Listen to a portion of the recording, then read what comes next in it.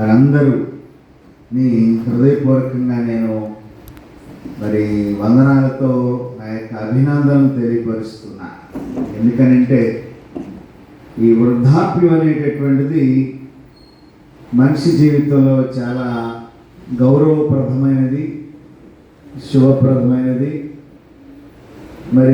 సమాజం గౌరవించగలిగినటువంటి స్థితిలోనికి దేవుడు వారిని నడిపిస్తున్నాడు అనేటటువంటి విషయాన్ని మనం ఇక్కడ జ్ఞాపకం చేసుకోవాలి. ఎందుకనంటే వృద్ధాప్యము నాకు పాట పాడుతూ ఒక మాటను ఉపయోగించారు, కాబోయే వృద్ధులు అన్నారు. కాబోయే వృద్ధులు అంటే యవనస్తులైనటువంటి వారు వృద్ధాప్యంలోనికి నడిపించబడతారు. ఇది దేవుడిచ్చేటటువంటి ఆశీర్వాదం. దినం మనము చదువుకున్నటువంటి పాఠ్యభాగాలు 4 పాఠ్యభాగాల్ని మనము జ్ఞాపకం చేసుకుంటున్నప్పుడు ఆదికాండం 46వ అధ్యాయం 28 నుంచి 34 వరకు, అలాగే 47వ అధ్యాయము 1 నుంచి 10 వచనాలు మొదటి పాఠంగా, తిమోతికి రాసిన మొదటి పత్రిక 5వ అధ్యాయం 1 నుంచి 10 వచనాలు రెండవ పాఠముగా, లూకా సువార్త 2వ అధ్యాయం 25 నుంచి 35 వరకు మూడవ పాఠంగా, తిరిగి 21వ దావీదు కీర్తన ఉత్తర ప్రచిత్రంగా మనము చదువుగా విన్నాం. ఈ 4 పాఠ్యభాగాల ద్వారా వయోవృద్ధుల ఆదివారం సంబంధించిన వయోవృద్ధులను చేర్చుకొని ఆదరించుట అనేటటువంటి ధ్యానాంశాన్ని మనము జ్ఞాపకం చేసుకొని ఉన్నాం. నిన్నటి దినాన చర్చ్ ఆఫ్ సౌత్ ఇండియా వారు 79వ ఆవిర్భావ దినోత్సవాన్ని జరుపుకుంటాం జరిగింది. మన భారతదేశానికి స్వాతంత్రం వచ్చినటువంటి సంవత్సరమే చర్చ్ ఆఫ్ సౌత్ ఇండియాని గుర్తించడం కూడా జరిగింది.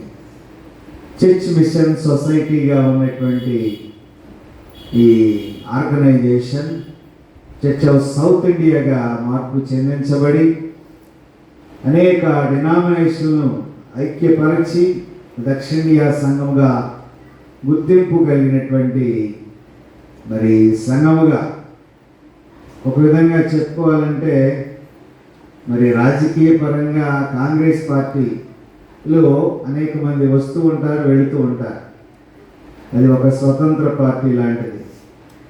చర్చ్ ఆఫ్ సౌత్ ఇండియా కూడా అటువంటిదే. అనేక సంఘాలు మన భారతదేశంలో ఈ సౌత్ ఇండియా 26 అధ్యక్ష ఖండాలు ఆవిర్భవించబడి మన తెలుగు అధ్యక్ష ఖండాల్లో 6 అధ్యక్ష ఖండాల్లో మనది కృష్ణా గోదావరి అధ్యక్ష ఖండంలో సుమారుగా 700-800 సంఘాలు ఈ చర్చ్ ఆఫ్ సౌత్ ఇండియా కృష్ణా గోదావరి డయాసిస్లో మనం కూడా ఒక సంఘముగా నిలువబడి దేవుని స్తుతించడానికి దేవుడు మనకు కృపను అనుగ్రహిస్తున్నందుకు మనమందరము దేవునికి వందనస్తులమై ఉన్నాం. కాబట్టి ఆ సంఘములన్నింటికీ సిఎస్ఐ డే శుభములు కూడా ఈ సమయంలో తెలియపరచడానికి నేను సంతోషిస్తున్నా. ఈరోజు సీనియర్ సిటిజన్స్గా ఉన్నటువంటి వారందరికీ కూడా దేవుడు దీవించాలని, ఒక తరం వారు ఒక తరం వారి క్రియలను కొనియాడుదురని లేఖనంలో తెలియపరిచిన రీతిగా దేవుని యొక్క సంకల్పము వృద్ధాప్యంలోకి వచ్చినటువంటి వారందరి ద్వారా ఈ సమాజము ఒక నూతనమైన విధానంలో దీవించబడాలని ఈ సమయంలో నేను ఆకాంక్షిస్తున్నాను, ప్రార్థిస్తున్నాను. గురువుగా నేను వారికి నా దీవెనలు కూడా అందజేస్తున్నాను. వృద్ధాప్యం అనేటటువంటిది మానవ జీవితంలో ఒక భాగం. ఈ భాగంలో దాన్ని ప్రణాళికాబద్ధంగా ఎదుర్కొనాలి. వృద్ధాప్యాన్ని తప్పించుకోవటానికి వీలు లేదు. గతంలో నేను ఒక ఇలస్ట్రేషన్ చెప్పాను, మీకు గుర్తుందో లేదో నాకు తెలియదు, మళ్ళీ నేను గుర్తు చేయడానికి ఇష్టపడుతున్నాను. ఆయన దేవునితో పెరుగులాడుతూ పోరాడుతూ ఉన్నాడట. నేను వృద్ధాప్యం వచ్చినప్పుడు నాకు ఒక మీరు తెలియపరచాలి ప్రభువా, నేను వృద్ధాప్యంలోనికి వచ్చినప్పుడు మీరు ఒక సంకేతాన్ని నాకు ఇవ్వాలి. అని దేవుని సన్నిధిలో ప్రార్థిస్తూ ఉన్నాడంట. దేవుడు అన్నాడంట అతనితో, నేను నీకు వృద్ధాప్య రాగానే నీకు నేను తెలియపరుస్తానని చెప్పాడు. కానీ ఆయన 55 సంవత్సరాలు దాటంగానే ముందుగా వృద్ధాప్యంలోకి వచ్చేటప్పుడు ఏమేమి ఇండికేషన్స్ జరుగుతాయి, లేక మనకి ఎదురయ్యేటటువంటి సమస్య అంటే, ముందుగా కంటి చూపు మందగిలుద్ది, తర్వాత తల మెరుస్తుంది, తర్వాత పళ్ళు కదలికలు కలుగుతాయి, పళ్ళు కూడా కదులుతూ ఉంటాయి. ఈ 3 విషయాల్లో దేవుణ్ణి అడిగినటువంటి ఈయన శ్రద్ధ కలిగి ముందుగా తల నెరిస్తే తలకి ఏం చేశాడు ఆయన? ఏం చేశాడండి? కామన్. ఈ రోజుల్లో బాలలకు కూడా 30 సంవత్సరాలు రాగానే అందరికీ కూడా తల నెరవటం అనేది జరుగుతూ ఉంది. కాబట్టి 55 ఏళ్ళు వచ్చినాయి కాబట్టి ఆయన ముందుగా తల నెరిస్తే ఆ తలకు ఆయన రంగు వేసాడు. తర్వాత కంటి చూపు మందగిలితే కంటికి ఆయన లేజర్ ట్రీట్మెంట్ తీసుకున్నాడు. లేజర్ అంటే కళ్ళజోడుతో పని లేకుండా ట్రీట్మెంట్ తీసుకున్నాడు. తర్వాత పళ్ళు కదిలితే పళ్ళకు కూడా ఆయన ట్రీట్మెంట్ తీసుకున్నాడు. ఈ 3 శ్రద్ధతో ఆయన వయస్సును బట్టి ఆయన ట్రీట్మెంట్ తీసుకుని యవనస్తులాగా కనబడటానికి ఆయన చాలా ప్రయత్నం చేశాడు, సఫలమయ్యాడు. కానీ ఒకానొక దినాన్న ఈ లోకాన్ని విడిచి దేవుని యొక్క సన్నిధికి నడిపించబడ్డాడు. అప్పుడు దేవుడిని అడుగుతున్నాడట, అయ్యా నాకు వృద్ధాప్య రాగానే చెప్తానన్నారు, మీరే రకమైన ఇండికేషన్ ఇవ్వలేదు, కారణం ఏంటి ప్రభు అంటే, ప్రభు అన్నాడట, నువ్వు వృద్ధాప్యంలోకి వచ్చావు, వచ్చిన తర్వాత నీ తల మెరిసింది, కానీ నువ్వేం చేసావు? నీ తలకి రంగు వేసుకున్నావు. తర్వాత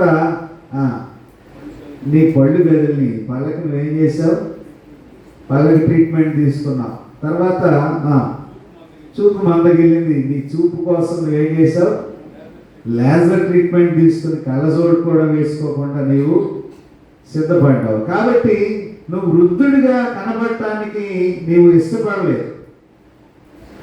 నీ వయసు అయితే పెరిగింది కానీ నీ చూపు మందగిలింది కానీ, నీ తల మెరిసింది కానీ, నీ కళ్ళు ఇబ్బంది కలుగు చేసింది కానీ, వీటన్నిటి నుంచి నువ్వు ట్రీట్మెంట్ తీసుకుని నీవు వృద్ధుడిగా కనబడటానికి ఇష్టపడలేదు.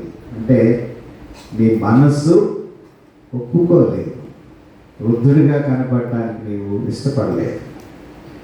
సమాజంలో వృద్ధులు నేటి దినాల్లో తమ బిడ్డలను నిర్లక్ష్యం చేస్తున్నారు, బిడ్డలు కూడా వృద్ధులను నిర్లక్ష్యం చేస్తూ ఉన్నాడని అనేక కుటుంబాల్లో కొన్ని సాక్ష్యాలు మనకు కనిపిస్తూ ఉన్నాయి. దానికి కనిపించేటటువంటి ఒక భయంకరమైన నిజం ఏమిటంటే వృద్ధాశ్రమాలు ఎక్కువగా మనకి సమాజంలో కనిపిస్తూ ఉన్నాయి. వీటికి కారణం ఏమిటంటే సమాజంలో కుటుంబాల్లో కలిగేటటువంటి అనేకమైనటువంటి వైషమ్యాలను బట్టి వృద్ధులైనటువంటి వారిని బిడ్డలు చూడకుండా వృద్ధాశ్రమాల్లో చేర్చి చేతులు దులుపుకుంటూ ఉన్నారు. కాబట్టి ఇటువంటి విధానము సరైనది కాదు అని ఈ దినం మన యొక్క వాక్యము తెలియపరచబడటం గమనార్హం అయ్యన్నది అనేటటువంటి విషయాన్ని మనం జ్ఞాపకం చేసుకోవాలి. వృద్ధాప్యం అనేటటువంటిది జీవితంలో ఒక భాగమైనప్పటికీ దాన్ని ప్రణాళికాబద్ధంగా ఎదుర్కొనడానికి సిద్ధపడవలసినటువంటి వారమై ఉన్నాం.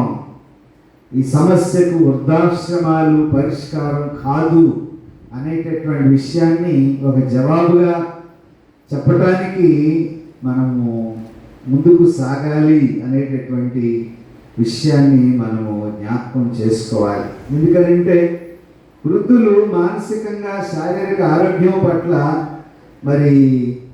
శ్రద్ధ వహించకపోయినట్లయితే ఈ వృద్ధాప్యం అనేటటువంటిది కొన్నిసార్లు అది పాపంగా, అదొక శాపంగా పరిగణించేటటువంటి ప్రమాదం లేకపోలేదు అనేటటువంటి విషయాన్ని కూడా నేను తెలియచెప్పడానికి ఇష్టపడుతున్నాను. వృద్ధులను గురించి కొన్ని లేఖనాలు బైబిల్ గ్రంథంలో నుంచి మరి చదివిన తర్వాత నేను ముందుకు వెళ్ళటానికి నేను ఇష్టపడుతున్నాను. సామెతల గ్రంథం 16వ అధ్యాయంలో 31వ వచనాన్ని ఒకసారి మనము జ్ఞాని అయినటువంటి సొలొమోను తెలియపరిచిన మాటలను మనం చదువుదాం. నెరిసిన వెంట్రుకలు సొగసైన కిరీటము, అది నీతి ప్రవర్తన గలవానికి కలిగి ఉండును. నెరిసిన వెంట్రుకలు సొగసైన కిరీటము, అవి నీతి ప్రవర్తన గలవానికి కలిగి ఉండును. కిరీటము తలకు ధరిస్తారు. సాధారణంగా మరి తల వెంట్రుకలు అనేటటువంటివి మనిషి అందాన్ని సూచిస్తాయి. హైందవులు ఏం చేస్తారంటే మరి తలను దేవునికి సమర్పిస్తారు. చాలాసార్లు నేను చెప్పాను. ఎందుకు ఇస్తారు? అందం సమర్పయామి. అందం అంటే ఎక్కడ ఉంటుంది? అది ఎక్కడ ఉంటుంది? తల వెంట్రుకలు అందము. ఇక్కడ జ్ఞాని అయిన సొలొమోను చెప్తున్నాడు కదా, ఏమంటది? నెరసిన వెంట్రుకలు సొగసైన కిరీటం. అంటే ఒక మనిషికి కిరీటము ఎంత అలంకారప్రాయంగా కనిపిస్తుందో, మరి నెరిసిన వెంట్రుకలు అనేటటువంటివి మానవ జీవితంలో వయసు రీత్యా అందరికీ వచ్చేటటువంటివి. అవి నీతి ప్రవర్తన కలిగిన వారిని కలిగి ఉండరు.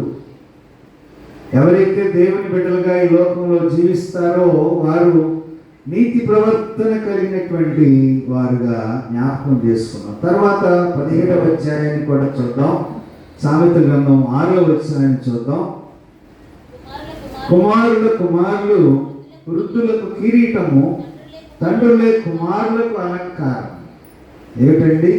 కుమారులు వృద్ధులకు కిరీటము అంటే ఎవరు? మనవడు. తండ్రులే కుమారులకు అలంకారం. జ్ఞాని అయినటువంటి సొలొమోను ఈ లోకంలో అన్ని పరిశీలన చేసి కుటుంబ వ్యవస్థను గురించి అనేక విషయాలు 127వ కీర్తన కూడా మనం చదువుతాం. 127వ కీర్తనలో ఏమంటాడు? యెహోవా ఇల్లు కట్టించని ఎడల దాని కట్టువారి ప్రయాసం వ్యర్థమని ప్రారంభిస్తాడు. కుటుంబ వ్యవస్థ గురించి చాలా పరిశోధన చేశాడు జ్ఞాని అయిన సొలొమోను. తన జీవితంలో అన్వేషణ ద్వారా మరి సమాజానికి లేక మనకు తెలియచెప్పినటువంటి విషయం ఏమైనదనంటే, కుమారులు వృద్ధులకు కిరీటం, తండ్రులే కుమారులకు అలంకారం. కీర్తనాకారుడు 71వ కీర్తన 9వ వచనాన్ని చదువుదాం. దావీదు కీర్తన 71:9. వృద్ధాప్యమందు నన్ను విడనాడుకుము, నా బలము క్షీణించినప్పుడు నన్ను విడువకుము. 71వ కీర్తనలో దావీదు దేవుని వేడుకుంటున్నాడు. ఏమిటంటే, వృద్ధాప్యమందు నన్ను విడనాడకుము, నా బలము క్షీణించినప్పుడు నన్ను విడువకుము. దేవుని యొక్క కాపుదల ప్రతి ఒక్కరికి అవసరమైనది. ఇక్కడ దేవుని యొక్క సన్నిధిలో మనం ఉన్నామనంటే దేవుని యొక్క కాపుదల లేకుండా మనం సజీవులుగా లేము. గత రాత్రి మనకు సుఖనిద్ర ఇచ్చి ప్రాతకాల సమయంలో సజీవులుగా లేచి మన యొక్క కాలకృత్యాలు తీర్చుకొని మనం దేవుని సన్నిధికి వచ్చి దేవుని ఆరాధిస్తున్నామనంటే దేవుడు మనకి ఇచ్చిన ఆరోగ్యము కృపాక్షేమను బట్టి. కాబట్టి మరి వృద్ధాప్యంలో దేవా నన్ను విడనాడుకుము, నా బలము క్షీణించినప్పుడు నన్ను విడువకు. వృద్ధాప్యం అనేది మనిషికి మరి చాలా సంఘర్షణతో కూడినటువంటి కాలం. వృద్ధాప్యం రాగానే మరి జ్ఞాపక శక్తి తగ్గిపోద్ది, బలం తగ్గిపోద్ది, మెమరీ లాస్ అయిపోతాం, జ్ఞాపక శక్తి తగ్గిపోద్ది, చెప్పేటటువంటి విధానం కలిగి ఉంటాం. సైంటిఫికల్గా అనేకమైన పరిణామాల ద్వారా వృద్ధాప్యంలోనికి నడిపించబడినప్పుడు మానవ జీవితంలో మరి బలము క్షీణించినప్పుడు నన్ను విడువకుమని దావీదు దేవుని యొక్క సన్నిధిలో మరి విజ్ఞాపన చేస్తున్నాడు. అంతేకాకుండా మరి 71వ కీర్తనలోనే 18వ వచనాన్ని చూద్దాం. దేవా వచ్చు తరుణకు నీ బాహుబలము కూర్చి పుట్టుకోవారందరికీ నీ శౌర్యమును గురించి నేను తెలియచెప్పినట్లు తల నెరిసి వృద్ధుడనై ఉండు వరకు నన్ను విడువకుము. తల నెరిసి వృద్ధుడనై ఉండు వరకు నన్ను విడువకుము. ప్రియమైన దేవుని బిడ్డలారా, ఈ ఉదయకాల సమయంలో సమాజంలో చాలామంది వృద్ధులను మనం చూస్తూ ఉంటాం. వృద్ధులను గౌరవించాలి, వృద్ధులను గౌరవించాలి, పెద్దలను గౌరవించాలి. ఆ గౌరవాన్ని ఎవరైతే కలిగి ఉంటారో వారు వారి యొక్క పిల్ల తరములు దీవించబడతారు అనేటటువంటి విషయాన్ని ఇక్కడ మనం జ్ఞాపకం చేసుకోవాలి. 90వ కీర్తన 10వ వచనం ఏమంటాడంటే, సొలొమోనే జ్ఞాపకం చేస్తూ, మా ఆయుష్కాలం 70 సంవత్సరాలు, అధిక బలం ఉన్న ఎడల 80 సంవత్సరములు అయినను వాటి వైభవము ఆయాసమే, దుఃఖమే, అది త్వరగా గతించును, మేము త్వరగా ఎగిరిపోవుదము. ఇక్కడే మళ్ళా 11వ వచనంలో కూడా ఏమంటాడంటే,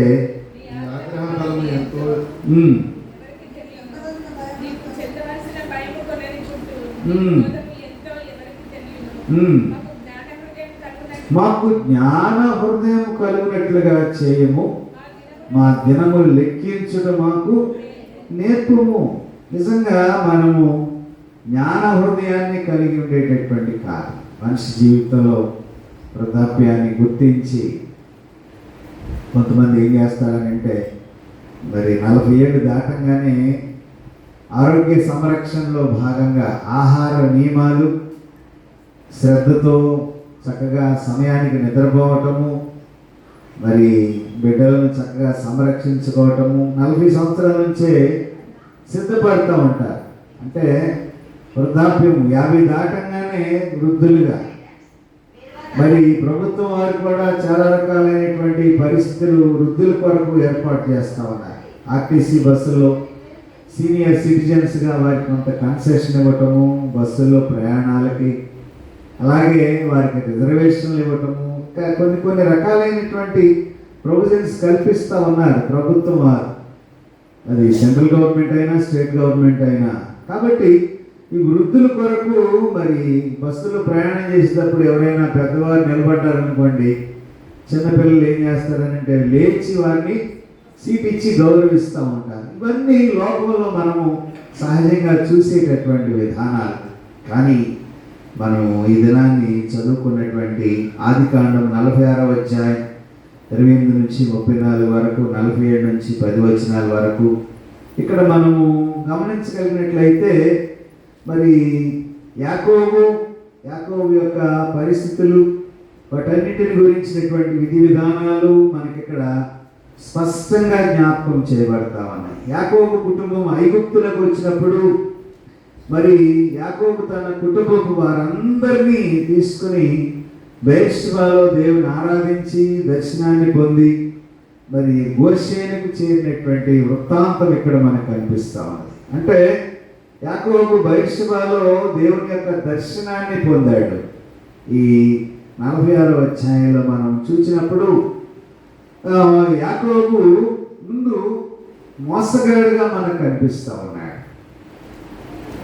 మోసంతోటి తన యొక్క జీవితం ప్రారంభించబడింది. అంటే మరి ఈ మోసంతో ప్రారంభించబడినటువంటి యాకోబు జీవితము ఐగుప్తు దేశానికి చేరిన తర్వాత 5వ వచనం నుంచి మనం చూస్తూ ఉన్నాం. 46వ అధ్యాయం 5వ వచనం నుంచి చూస్తే, ఇశ్రాయేలుగా చేర్చబడిన తర్వాత ఐగుప్తులకు చేర్చబడిన విధానంలో మనము గమనించగలిగినట్లయితే, మీరు ఒక్కొక్క వచనాన్ని మీరు గమనిస్తే, మరి యాకోబు సంతానం అంతయు ఆనాటి దినాల్లో నేను గతంలో చెప్పాను మీకు, పాత నిబంధన గ్రంథంలో ఆస్తికర్తలుగా ఉన్నారనంటే వారిని దేన్ని బట్టి గొప్పవారుగా ఉన్నారు? పశు సంపద, బావులు ప్రాముఖ్యమైనటువంటి విషయం. పశు సంపద కలిగినటువంటి వారు ధనవంతులు.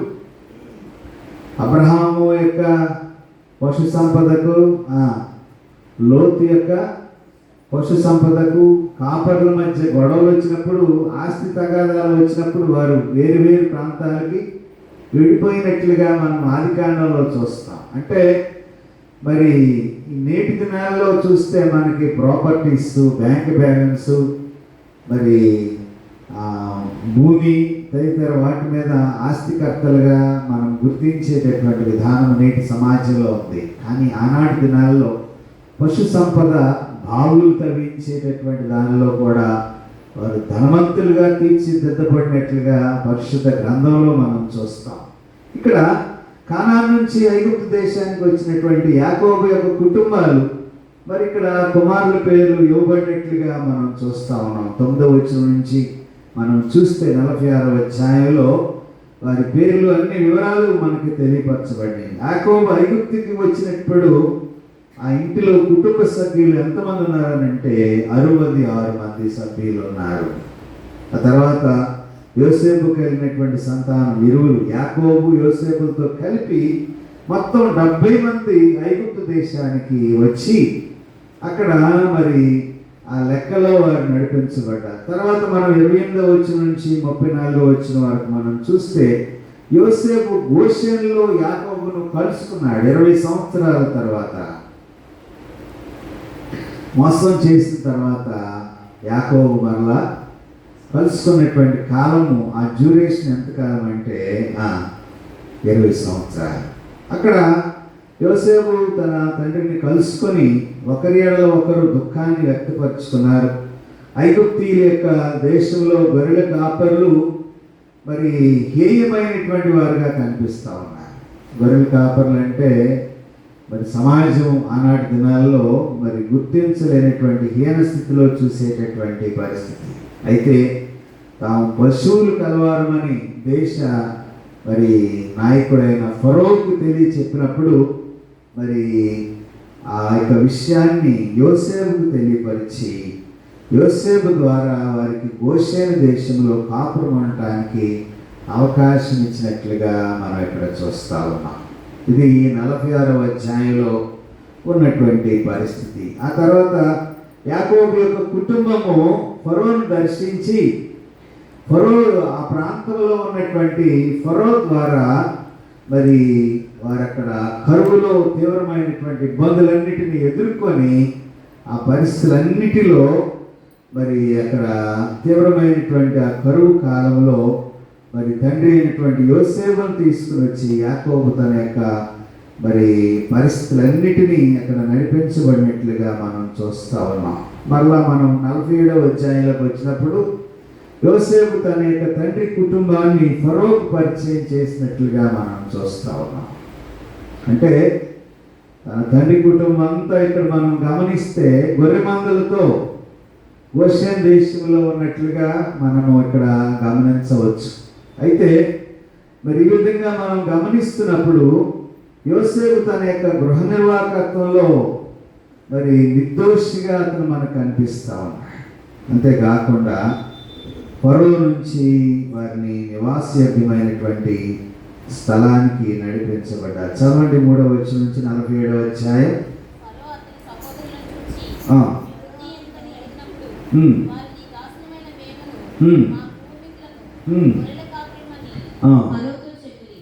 మరియు వారు కనాను దేశమందు కరువు భారంగా ఉన్నందున ఈ దాసులకు కలిగి ఉన్న మందలకు మేత లేదు కనుక ఈ దేశంలో కొంతకాలం ఉండకు వచ్చితిమి. కాబట్టి గోషెను దేశంలో నీ దాసులు నివసింప సెలవిమ్మని ఫరోతో అనగా ఫరో యోసేపును చూచి నీ తండ్రియు నీ సహోదరులను నీ ఎదుట వచ్చి ఉన్నారు. ఐగుప్తు దేశము నీ ఎదుట ఉన్నది. ఈ దేశంలోని మంచి ప్రదేశమందు నీ తండ్రిని నీ సహోదరులను నివసింప చేయుము. చాలండి. అంటే ఫరో నుంచి దేశంలో వారిని నివాసయోగ్యంగా ఉండటానికి యోసేపును మరి ఆజ్ఞాపించినట్లుగా మనం చూస్తా ఉన్నాం. ఆ తర్వాత మనం 7వ వచనంలోకి వెళితే 7వ వచనంలో యాకోబు ఫరోను దీవించినట్లుగా మనం చూస్తా ఉన్నాం. యాకోబు ఫరోను దీవించాడు. అంటే యోసేపు తన తండ్రి యాకోబును మరి తీసుకుని వచ్చినప్పుడు యాకోబు ఫరోను దీవించాడు. వయసులో వృద్ధులుగా ఉన్నటువంటి వారిని దీవించడము సామాన్యమైనటువంటి విషయం. సాధారణంగా పెద్దలైనటువంటి వారు పిల్లల్ని ఏం చేస్తారు? దీవిస్తారు. అంటే దీవెన ద్వారా తరతరాలకు రావాల్సినటువంటి దీవెనలు పెద్దల ద్వారా వారు మరి దీవించే విధానము మనం పాత నిబంధన గ్రంథంలో మనం చూస్తా ఉన్నాం. ఇక్కడ మనము చూస్తే యాకోబు జీవించినటువంటి సంవత్సరాలు ఎన్నండి? 130 సంవత్సరాలు జీవించాడు.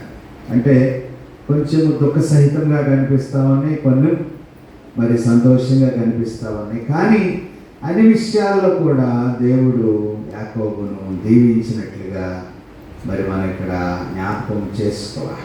1 తిమోతి పత్రిక 5వ అధ్యాయం మొదటి నుంచి మనం చదువుకున్నటువంటి భాగంలో మనం గమనించగలిగినట్లయితే వివిధ వయస్సుల్లో ఉన్నటువంటి వారితో ఉన్నటువంటి సంబంధాలు మనం ఇక్కడ గమనించబద్దులమై ఉన్నాం. అంటే మనము బాగా గమనించగలిగినట్లయినటువంటి ప్రాముఖ్యమైనటువంటి విషయం ఏమన్నదనంటే, ఇక్కడ యాకోబు, మనము మొదటి పాఠంలో యాకోబు విషయంలో గమనించగలిగినట్లయితే, యాకోబుకు ఇప్పుడు ఉన్నటువంటి బైబిల్ గ్రంథం ఆనాటి దినాల్లో లేకపోవచ్చు. అప్పుడు ఏముందండి? ధర్మశాస్త్ర గ్రంథం 5 పంచఖండాలు మాత్రమే వారికి అందుబాటులో ఉన్నాయి. ఇప్పుడు మనకంటే బైబిల్ గ్రంథం అంతా అందుబాటులో ఉన్నటువంటి విధానంలో మనం ఉన్నాం. అంటే మరి తన పితరుడైనటువంటి అబ్రహాం వల్లే యాకోబు కూడా విధేయత కలిగినటువంటి వాడుగా మనకు కనిపిస్తూ ఉన్నాడు. విధేయత కలిగినటువంటి వాడుగా మనకు కనిపిస్తూ ఉన్నాడు. 2వ పాఠంలోకి వద్దాం. ఇప్పుడు మనం తిమోతి పత్రిక, 1 తిమోతి పత్రిక 5వ అధ్యాయం 1 నుంచి 10వ వచనంలో మనం గమనించగలిగినట్లయితే, తిమోతి భక్తితో మరి పెరగటానికి కారణం ఎవరై ఉంటారు? అయ్యా ఎవరండి? ఎవరు చెప్పారన్నమాట? తల్లి అవ్వ. కరెక్ట్ అండి. తిమోతి భక్తిలో పెరగటానికి అనేది అతని తల్లి యూనికే మరియు అవ్వ అయిన లోయి. 2వ తిమోతి పత్రిక 1వ అధ్యాయము 3 నుంచి 5 వచనాల్లో ఈ మాటలు రాయబడి ఉన్నాయి. చూడండి ఒకసారి.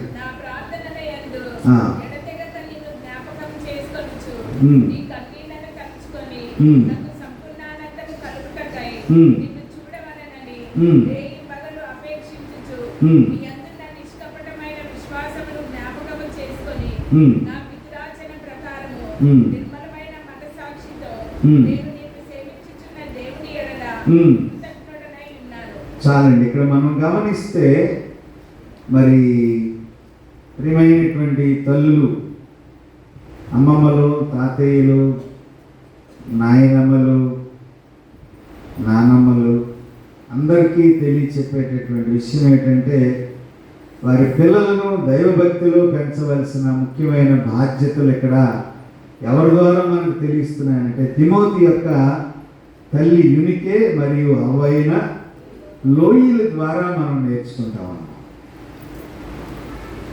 స్టీవెన్సన్ గారు ఒక పాట రాశారు దీని మీద. ముసలమ్మ ముచ్చట్లు కట్టి పెట్టి పరిశుద్ధ గ్రంథాన్ని చేతపట్టి. అంటే ముసలితనంలో ఉన్నటువంటి వారు పనికిమాలిన మాటలకి ప్రాధాన్యత ఇవ్వకుండా దైవ భయములో బిడ్డలను పెంచడానికి ఒక ప్రత్యేకమైన సాధకాలుగా దేవుడు వారిని ఏర్పరిచాడు, సిద్ధపరిచాడు. అదే మనం 3వ పాఠంలో కూడా, సువార్త పాఠంలో కూడా చదువుకోవడానికి మనకి కృపను అనుగ్రహించాడు. కాబట్టి మరి యాకోబు, సిమియోను, అన్నాలు వీరందరూ మనకి గమనించగలిగినట్లయితే వీరు వృద్ధులుగా కనిపిస్తున్నారు. కానీ వచ్చేటటువంటి వారికి వారి తరం తర్వాత తరం వారి ప్రభావం ఎలా ఉంటుందో మనం పరిశుద్ధ గ్రంథంలో మనం చూస్తూ ఉన్నాం. అంటే మనం గమనించగలిగినట్లయితే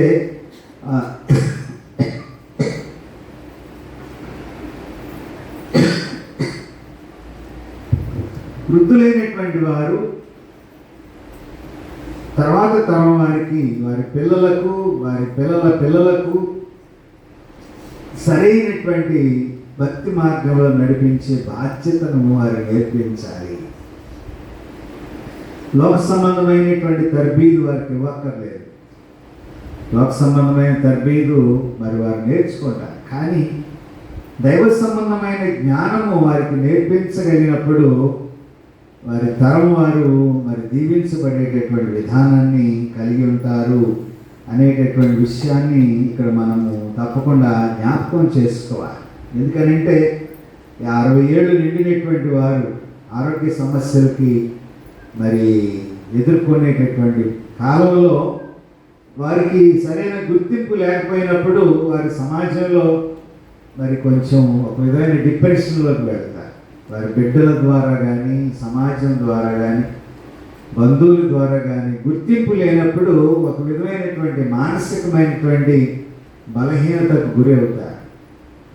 నేటి సమాజంలో ఉన్నటువంటి పరిణామాలు మనం చూస్తామంటే మరి తల్లిదండ్రుల్ని బిడ్డలు ప్రేమిస్తున్నారు, కానీ ఒక వయసు వచ్చిన తర్వాత నా పరిస్థితులు ఎలా ఉంటాయో నేనేం చేస్తానని ఆస్తిపాస్తులు ముందు రాసిచ్చేస్తుంటే, ఆస్తిపాస్తులు అందుకున్న తర్వాత బిడ్డలు ఏం చేస్తున్నారంటే వారిని అనాథాశ్రమాల్లో చేర్పిస్తారు.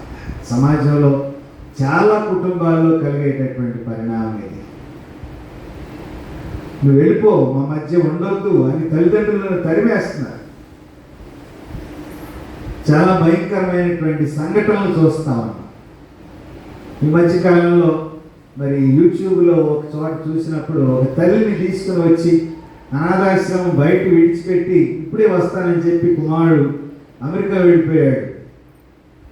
ఆ తల్లి చూస్తూ ఉంది, వారిని గమనిస్తున్నటువంటి అక్కడ ఉన్న ఆయన ఆశ్రయం ఇచ్చి ఆ తల్లికి మరి కుమారుడిగా, కోడలేమో కుమార్తెగా వారిని ఆదరించినప్పుడు, తర్వాత ఒక కంపెనీ పెట్టిన తర్వాత వారు అభివృద్ధిలోకి వచ్చిన తర్వాత ఆ విషయాన్ని తెలుసుకుని కుమారుడు అమెరికా దేశం నుంచి వచ్చి మరలా మాట్లాడటానికి ప్రయత్నం చేసినప్పుడు ఆ తల్లి చేదరించుకుంది. ఎందుకంటే నన్ను రోడ్డు మీద విడిచిపెట్టి వెళ్ళిపోయావు, నా డబ్బులు బట్టి ఇప్పుడు నన్ను ప్రేమించడానికి వచ్చావు, కాబట్టి నువ్వు నాకు అక్కర్లేదని తల్లి కుమారుడితో చెప్పేది. ఇటువంటి సంఘటనలు మన చుట్టుపక్కల అనేకమైనటువంటి పరిణామాల్లో మనం చూడగలుగుతున్నాం. కానీ అటువంటి సమాజంలో ఉండటానికి, అటువంటి పరిస్థితుల ద్వారా మనం ముందుకు సాగటానికి దేవుడు మనకు అవకాశం ఇవ్వట్లే. దేవుడు మరి తల్లిదండ్రులకు ఒక చక్కని పరిస్థితిని ఇచ్చి బిడ్డలు ఒక మంచి పొజిషన్లో వారు పెంచబడాలని, ఆస్తిపాస్తులు వివాహాలు చేసిన తర్వాత వారి ఆస్తే ప్రాధాన్యం కానీ మాకు తల్లిదండ్రులు ప్రధానం కాదు అని వారిని విడిచిపెట్టినప్పుడు ఆ తల్లిదండ్రులు మానసికంగా ఎదుర్కొనేటటువంటి అనేకమైన ఆలోచనలు నుండి మనం విడుదల పొందాలి. కాబట్టి మరి దేవుని గుర్తెరిగినటువంటి వారు ఇటువంటి బాధ్యతలను విస్మరించకుండా మరి వారికి ఒక ప్రత్యేకమైనటువంటి పరిస్థితిని కలుగు చేయాలి అనేటటువంటి విషయాల్ని మనం జ్ఞాపకం చేసుకోవాలి. దీని గురించి మరి బైబిల్ పండితులు ఏం చెప్తున్నారంటే సంఘం వారికి కౌన్సిలింగ్ తీసుకోవాలి. మా మాట ఎందుకు వింటారండి అండి సంఘ పెద్దలు అనొచ్చు, మా మాట వింటారా? మా మాటను వినేటటువంటి వారుగా ఉంటారా?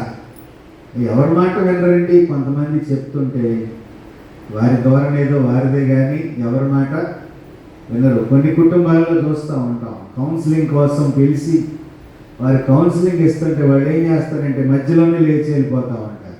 లేకపోతే మీరు మాకు చెప్పక్కర్లేదండి, మాకు అంతా తెలుసని వారు తప్పించుకుంటారు. ఇలాగా మనము సమాజంలో చాలా రకాలైనటువంటి పరిస్థితులను కొన్ని కుటుంబాల్లో చూస్తూ ఉన్నాం. కాబట్టి బైబిల్ పండితులు ఏమంటున్నారంటే వారి కోసం ఒక ప్రత్యేకమైనటువంటి రిట్రీట్ని ఏర్పాటు చేయాలి. వృద్ధుల కొరకు బిడ్డలను కౌన్సిలింగ్ ద్వారా సిద్ధపరచాలి. ఎందుకనంటే మీకోసం ఎంతో వారు కష్టపడి మిమ్మల్ని పెంచి ఈ స్థితిలోకి తీసుకొచ్చారు. కాబట్టి వృద్ధాప్యం ఉన్నప్పుడు వారిని విడిచిపెట్టకుండా వారిని ఏం చేయాలి? సంరక్షించి చూడవలసిన బాధ్యత బిడ్డలుగా ఉన్నటువంటి వారిదే. ఇక్కడ మనము గమనించగలిగినట్లయితే ఈ రెండవ పాఠం మనకు నేర్పించేటటువంటి ఒక ప్రత్యేకమైన పరిస్థితిని, వృద్ధుని గద్దెంపక తండ్రిగా భావించుము అంటే వృద్ధుల ఎడల గౌరవ భావాన్ని కలిగి ఉండాలి. మన వృద్ధులే, మన పెద్దలే కాదు. ఇప్పుడు ఈ జనరేషన్లో ఉన్నటువంటి యవనస్తులు ఎలా ఉన్నారంటే మీ కాలం వేరండి, మా కాలం వేరు. మీ కాలం అంటే అప్పుడు సరిపోయింది. అమాయకత్వపు రోజులు. కానీ మేము చాలా తెలివి కలిగినటువంటి వారు. మేము సమాజంలో చాలా డబ్బు సంపాదిస్తున్నాం, పేరు ప్రతిష్టలు ఉన్నాయి, మాకు ఉద్యోగరీత్యా మేము ఎంతో గౌరవించబడుతున్నాం. కాబట్టి మీరు చెప్పినటువంటి మాటను మేము గౌరవించవలసిన పని లేదు అని చెప్పేటటువంటి యువతరము నేటి తరముగా పరిగణించబడతాం. 99% నేటి యువత ఎలా ఉన్నది? ఎక్కడో 1% మాత్రమే తల్లిదండ్రులకు లోబడేటటువంటి బిడ్డలు మనకు కనిపిస్తూ ఉన్నారు. కారణం లోబడలేనటువంటి మనస్తత్వం, తల్లిదండ్రులను ప్రేమించలేనటువంటి మనస్తత్వం. ఈ సెల్ ఫోన్స్ వచ్చిన తర్వాత మరి కాలం చాలా పాడైపోయింది. కాలం అనకూడదులే కానీ సమాజమే పాడైపోయింది. కారణం ఏమిటంటే మరి సెల్ ఫోన్స్లో మరి రకరకాలైనటువంటి జ్ఞానోపదేశాన్ని పొందుకుంటూ మనిషి అజ్ఞానమైనటువంటి పరిస్థితులకి ప్రయాణం చేస్తూ ఉన్నాడు. కాబట్టి వృద్ధుని గద్దెంపగా తండ్రిగా భావించి వృద్ధుల ఎడల మరి గౌరవ భావాన్ని కలిగి ఉండాలి. వృద్ధ పురుషుని తండ్రిగాను స్త్రీని తల్లిగాను భావించి ప్రేమించాలి. అలా ఎంతటి ఎవరు ఉంటున్నారు అని మనం గమనించగలిగినట్లయితే మరి ఉండేటటువంటి విధానాన్ని కలిగి ఉండాలని. చూడండి ఒకసారి 5వ అధ్యాయం మొదటి 2 వచనాలు చదువుదాం. హెచ్చరించుము,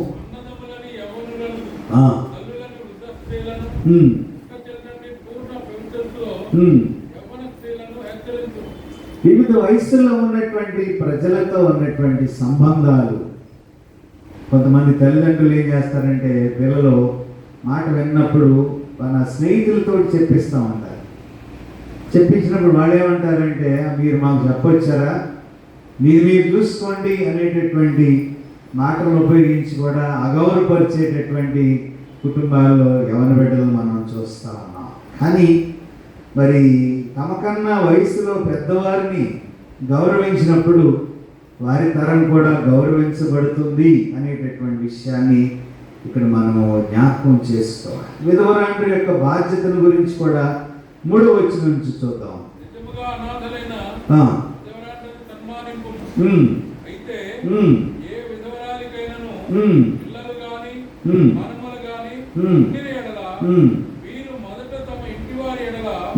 భక్తి కనపరచుటకును తమ తల్లిదండ్రులకు ప్రత్యుపకారము చేయుటకును నేర్చుకొనవలెను. ఇది దేవుని దృష్టికి అనుకూలమై ఉన్నది. ఇప్పుడు మనం గమనిస్తే నిజముగా అనాథలైన విధవరాండ్రులను ఏం చేయాలండి? సన్మానించాలి. సన్మానించడం అంటే ఏంటి? ఏం చేయాలి? గౌరవించాలి. అంటే వారు చెప్పినటువంటి మాటలకు విధేయత కలిగి ఉండాలి. సన్మానించాలంటే మనకు తెలిసిన విషయం ఏంటంటే ఒక 10 మందిని పిలిచి వారి ముందు శాలువా కప్పి దండేయటం కాదు సన్మానించడం అంటే. ఇక్కడ వారి మాటను వినటమే సన్మానించటము. నీ దీర్ఘాయుష్మంతుడు ఒకనట్లు నీ తల్లిని తండ్రిని సన్మానించుము. మరి మనకు ఇవ్వబడిన ఆజ్ఞల్లో ఒక ఆజ్ఞ. మరి తల్లిదండ్రులను గౌరవించేటటువంటి సమాజము పొరబడింది నేటి దినాల్లో. బిడ్డలు తల్లిదండ్రుల మాట వెనక మరి వారు ఇదని చెప్తే మా బిడ్డోడు ఏం చేస్తాడని మాకు భయం వేస్తుంది అనేటటువంటి పరిస్థితుల్లో కూడా నేటి సమాజం ఉన్నది. కాబట్టి తల్లిదండ్రులుగా ఉన్నటువంటి వారు చెప్పకుండా వేరే ఒకరితో చెప్పించి వారిని మరి క్రమమైన స్థితిలోకి తేవటానికి ప్రయత్నం చేస్తున్నారు. కానీ ఆ ప్రయత్నాలు ఫలించడం లేదు. చాలా కుటుంబాల్లో వ్యతిరేకమైనటువంటి దిశలో పిల్లలు నడుస్తున్నందువలన మరి చాలా కుటుంబాల్లో ఇక్కడ మనము జ్ఞాపకం చేసుకున్నట్లయితే ఈ 2వ పాఠంలో పౌలు తిమోతికి తెలియపరుస్తూ వివిధ వయస్సులో ఉన్నటువంటి ప్రజలందరితో, తమకన్నా పెద్ద వయసు వారితో, స్త్రీలతో పురుషులతో కూడా సరైనటువంటి సంబంధాన్ని కలిగి ఉండాలని మరి వృద్ధాప్యం ఉన్నటువంటి పౌలు తిమోతికి తెలియపరుస్తూ ఈ మాటలను తెలియపరుస్తున్నాడు. 3వ పాఠంలోకి వద్దాం. లూకాసు వార్త 2వ అధ్యాయం 25 నుంచి 35 వరకు మనం చదువుకున్నటువంటి పాఠంలో ఇక్కడ సుమియోను మనకు కనిపిస్తూ ఉన్నాడు. సుమియోను నీతిమంతుడిగా భక్తిపరుడిగా మనకు కనిపిస్తూ ఉన్నాడు. అన్నా సుమయోనులు ఇక్కడ చాలా వృద్ధాప్యంలో ఉన్నారు. మరి మనం చదవబడినటువంటి వాక్య భాగంలో మనం చూస్తే వీళ్ళు యెరూషలేములో ఉన్నారు. మరి సుమయోను గురించి చెప్పబడిన మాటలు ఏమిటంటే అతడు నీతిమంతుడును భక్తిపరుడై ఉండి ఇశ్రాయేలుకు ఆదరణ కొరకు కనిపెట్టువాడుగా మనకు కనిపిస్తా ఉన్నాడు. అంటే మరి ఆదరణ కొరకు భక్తి కొరకు అతను వృద్ధాప్యంలో దేవాలయంలో ఎదురు చూస్తున్నటువంటి యేసుక్రీస్తు రక్షణ కార్యం ద్వారా లోకానికి తెలియపరిచేటటువంటి ఒక గొప్ప సాధకంగా మనకు కనిపిస్తూ ఉన్నాడు. లూకాసు సువార్త 2వ అధ్యాయం 25, 26 వచనాలు ఒకసారి మనం చూద్దాం.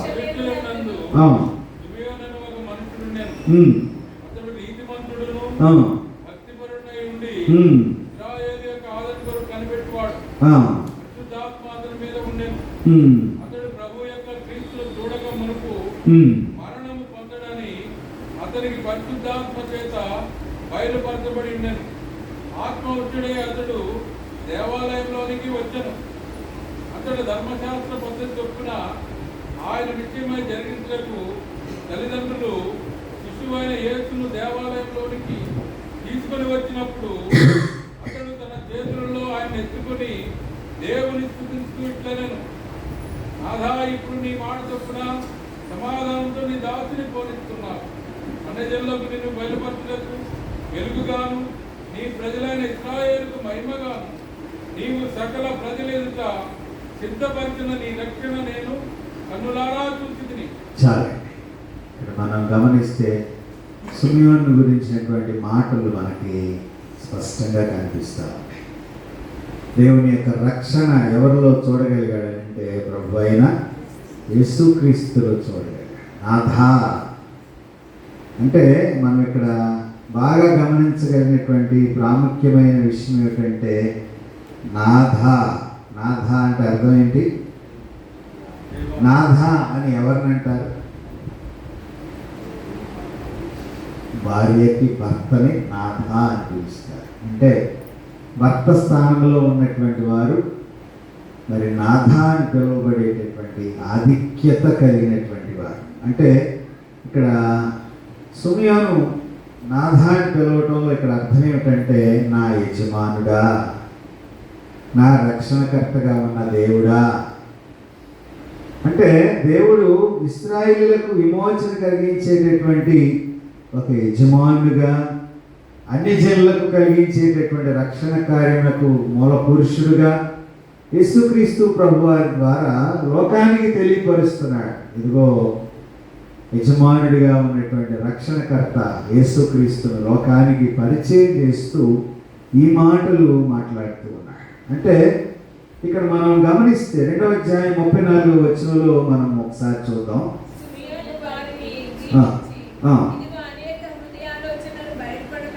అనేక హృదయాలోచనలు బయలుపడినట్లు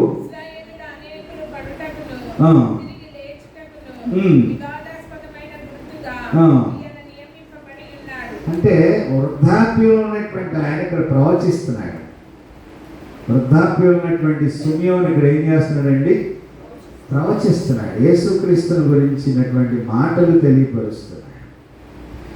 ఇశ్రాయేలులందరూ పడుటకును తిరిగి లేచుటకును. అంటే దీని అర్థం ఏంటంటే ఆయన రక్షణ ద్వారా కలగబోయేటటువంటి కార్యాలను తెలియచెప్పేటటువంటి సాధకంగా క్రీస్తు దీనికి మూల పురుషుడు అవుతాడు. కాబట్టి తిరిగి లేచుటకును పడుటకును ఆయన కారకుడు అవుతాడు. ప్రభువు చేయూతనిచ్చి అనేక మందిని లేవనెత్తుతాడు. దాన్ని యెషయా గ్రంథంలో మనం చూస్తాం. ఎందుకు వచ్చాడు ఆయన ఈ లోకానికి అని అంటే ఆయన రక్షణ సువార్త ద్వారా అనేకులను రక్షించడానికి యెషయా భక్తుడు జ్ఞాపకం చేస్తాడు. అంటే దేనస్థితిలో ఉన్నటువంటి మానవ జీవితాలను ఉద్ధరించి రక్షించడానికి ఆయన ఈ లోకానికి వస్తున్నాడు. అంతేకాకుండా మరి తల్లిని కూడా ఉద్దేశించి మాట్లాడుతూ ఉన్నాడు. ఏమిటంటే అమ్మా, ఇదిగో నీ హృదయంలో నుంచి ఒక ఖడ్గము దూసుకొని పోద్ది. అంటే ఆయన అందరి కొరకు రక్షణ కార్యం జరిగించడానికి శిలువ మీద మరణించనై ఉన్నాడు. కాబట్టి ఆమె హృదయంలో నుంచి ఒక ఖడ్గము దూసుకొని పోతుంది. ఎందుకనంటే ఆయన మరణిస్తాడు, దాన్ని నీవు చూడలేక విలపిస్తావు అనేటటువంటి ఉద్దేశాన్ని ఇక్కడ తెలియపరుస్తున్నాడు. అంతేకాకుండా మరి క్రీస్తు శిలువ మరణం పొందినప్పుడు ఆమె మాతృ హృదయం ఏ విధంగా ద్రవిస్తుందో అనేటటువంటి విషయాన్ని కూడా ఇక్కడ మరి సిమెయోను తెలియపరుస్తున్నట్లుగా జ్ఞాపకము చేసుకునవలసినటువంటి వారమై ఉన్నాం. చివరిగా మనము గమనించగలిగినట్లయితే 21వ కీర్తనలో మనము జ్ఞాపకం చేసుకుంటే దావీదు యుద్ధంలో విజయాన్ని సాధించిన తర్వాత కృతజ్ఞతాస్తుతులు చెల్లిస్తూ ఈ కీర్తనను రచించినట్లుగా మనము జ్ఞాపకం చేసుకోవాలి. మొదటి వచనంలో ఏమని మాట్లాడుతున్నాడండి? యెహోవా రాజు నీ బలమును బట్టి సంతోషిస్తున్నాడు, నీ రక్షణను బట్టి ఇతడు ఎంతో హర్షిస్తున్నాడు, ఇతని మనోభీష్టము నీవు సఫలము చేస్తున్నావు. ఇది మనం గమనిస్తే విజయ నిమిత్తమై ఆనందిస్తూ దేవుని స్తుతిస్తున్నటువంటి కీర్తన ఇది. 21వ కీర్తనలో దావీదు దేవుని బలంపై ఆధారపడినట్లుగా ప్రార్థన ద్వారా సహాయాన్ని పొందినటువంటి వాడుగా అడిగి దేవుని యొద్ద నుండి విజయాన్ని పొందుకున్నటువంటి ఒక మహోపకారాన్ని గుర్తు చేస్తూ మరి దేవుని వలనే విజయం కలుగుతుంది అనేటటువంటి విషయాన్ని తెలుస్తూ దీర్ఘాయుష్ను, రక్షణ భాగ్యాన్ని, రాజ్యమును, గౌరవప్రదమైనటువంటి స్థితిగతులు ఇచ్చే దేవుడవు నిన్ను నేను గనపరుస్తున్నానని దావీదు మాట్లాడుతూ ఉన్నాడు. అంతేకాకుండా దేవుని అందరి విశ్వాసాన్ని వ్యక్తపరుస్తున్నాడు. దేవుని అందరి విశ్వాసాన్ని వ్యక్తపరుస్తున్నాడు. కాబట్టి మరి శ్రేయస్కరమైనటువంటి ఆశీర్వాదంతో 7వ వచనం చదవండి. ఏలయనగా రాజు యెహోవా యందు నమ్మిక ఉంచి ఉన్నాడు. సర్వోన్నతుని కృప చేత అతడు కదలకుండా నిలుచును. నీ హస్తము నీ శత్రువులందరినీ చిక్కించుకొనును. నీ దక్షిణ హస్తము నిన్ను ద్వేషించు వారిని చిక్కించుకొనును. నీవు ప్రత్యక్షమైనప్పుడు వారి అగ్నిగుండం వలె అగుదురు. కాబట్టి ఇక్కడ మనం గమనిస్తే దావీదు మంచి నాయకుడిగా యెహోవా యందు నమ్మకించినటువంటి స్థితిని మనం ఇక్కడ చూస్తా ఉన్నాం. సర్వోన్నతుని యొక్క కృప చేత బలపరచబడినటువంటి వాడుగా మరి తనకిచ్చిన కిరీటాన్ని బట్టి, తనకిచ్చిన ఆధిక్యతను బట్టి గొర్రెల కాపరిగా ఉన్నటువంటి దావీదును రాజ్యాధినేతగా, రాజ్యాన్ని స్థాపించేటటువంటి నాయకుడిగా దేవుడు ఏ విధంగా దీవించాడు. వృద్ధాప్యంలో కూడా నేను నన్ను విడనాడకము, నా చేయి పట్టుకుని నడిపించు ప్రభువా అని దేవుని వేడుకుంటూ మరి శత్రువులు జయించినప్పుడు ఏ విధమైనటువంటి ఆశీర్వాదం ఇచ్చాడో ఈ 21వ కీర్తనలో జ్ఞాపకం చేస్తా ఉన్నాడు. శత్రువులను అవమాన పాలకి మరి దేవుడు కలుగు చేస్తున్నాడు. ఒకసారి దావీదుకి ఎదురైనటువంటి విచిత్రమైనటువంటి సమస్యల్లో మరి దావీదు ఏ విధమైనటువంటి కీర్తనల ద్వారా మరి 150 కీర్తనల్లో మనము దావీదు రాసిన కీర్తనల ద్వారా మనం అనేక సమయాల్లో ఆదరించబడతాం. 23వ కీర్తనలో మనం చూస్తే గాఢాంధకారపు లోయలో నేను సంచరించినాను, ఏ అపాయమునకు నేను భయపడను, ఎందుకంటే నీవు నాకు తోడై ఉన్నావు, నీ దుడ్డు కర్రీ, నీ దండం నన్ను ఆదరించను. అలాగా మరి దావీదు ఏ విధంగా దీవించబడ్డాడు, ఏ విధంగా దేవుని చేత ప్రేమించబడ్డాడు. వృద్ధాప్యంలో కూడా దేవుని వైపు చూస్తూ తనకు ఇవ్వబడినటువంటి అధికారంలో, తనకు ఇవ్వబడిన కిరీటంలో, తనకు ఇవ్వబడిన ఆధిక్యతలన్నిటిలో దేవుని స్తుతించాడు. దేవుడు తన సొంత శక్తి మీద ఆధారపడకుండా దేవుని మీద ఆధారపడినటువంటి దావీదు యొక్క జీవితాన్ని మనం ఈ 21వ కీర్తనలో మనం చూస్తూ ఉన్నాం. అంతేకాకుండా విజయానికి దేవునికి కృతజ్ఞతాస్తుతులు చెల్లిస్తూ దేవుని స్తుతిస్తూ ఉన్నాడు. ఈ ఉదయకాల సమయంలో మరి దేవుని యొక్క సన్నిధిలో ఉన్నటువంటి మన జీవితాలను కూడా మనము జ్ఞాపకం చేసుకోవాలి. మనకిచ్చినటువంటి కుటుంబాలు, మనకిచ్చినటువంటి పెద్దలు, మరి మనకిచ్చినటువంటి పరిస్థితులన్నింటినీ జ్ఞాపకం చేసుకుంటూ మరి ఒకసారి మనం అపోస్తల కార్యం గ్రంథం 17వ అధ్యాయం 21వ వచనం 26వ వచనాన్ని చదువుకుని వాక్యాన్ని ముగించుకుందాం. అపోస్తల కార్యం గ్రంథం 17వ అధ్యాయం 26వ వచనం. మరియు జగత్తును మీద కాపరులకు ఆయన యొక్క నుండి ప్రతి జాతి మనుషులను సృష్టించి వారు ఒకవేళ దేవుని తడువులాడి కనుగొందురేమో అని తను వెతుకు నిమిత్తము నిర్ణయకాలను వారి నివాస స్థలం యొక్క పొలిమేరలను ఏర్పరచును. ఆయన మనలో ఎవరికి దూరంగా ఉండువాడు కాడు. చాలండి. ఇక్కడ మనము గమనించగలిగినట్లయితే 21వ కీర్తనకు అనుబంధంగానే ఈ మాటలు మనము జ్ఞాపకం చేసుకోవాలి. దావీదు తన తరానికే కాకుండా అనేక తరాలకి హెచ్చరికగా ఈ యొక్క కీర్తనల గ్రంథాన్ని మన కొరకు లిఖించి వ్రాయించి మనం బలపరిచినటువంటి విధానాన్ని మనం ఇక్కడ తప్పకుండా గమనించాలి. మనం ఏ విధంగా రక్షణ పొందాము, ఏ విధంగా భయభక్తుల్లో పెరిగి ఎంచబడ్డాం, మన యొక్క పూర్వుల్ని, మన పితరులను, మన పెద్దలను, మన యొక్క తరాల్ని ఏ విధంగా మనము గౌరవిస్తున్నాము అనేటటువంటి విషయాన్ని ఇక్కడ దావీదు ద్వారా కూడా మనం నేర్చుకోవలసినటువంటి వారమై ఉన్నాం.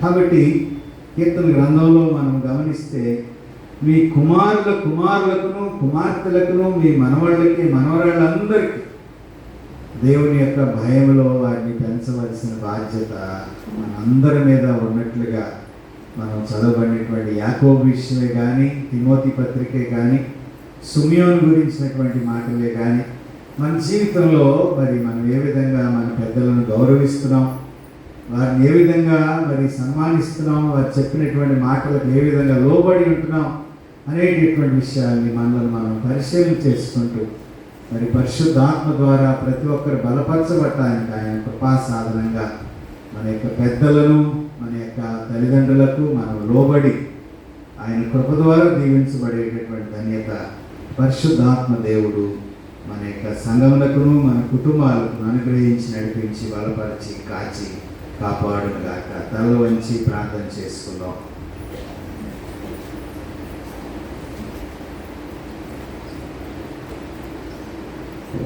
నా దీపమును వెలిగించువాడు నా చీకటిని వెలుగుగా చేయును. నా దీపమును వెలిగించువాడు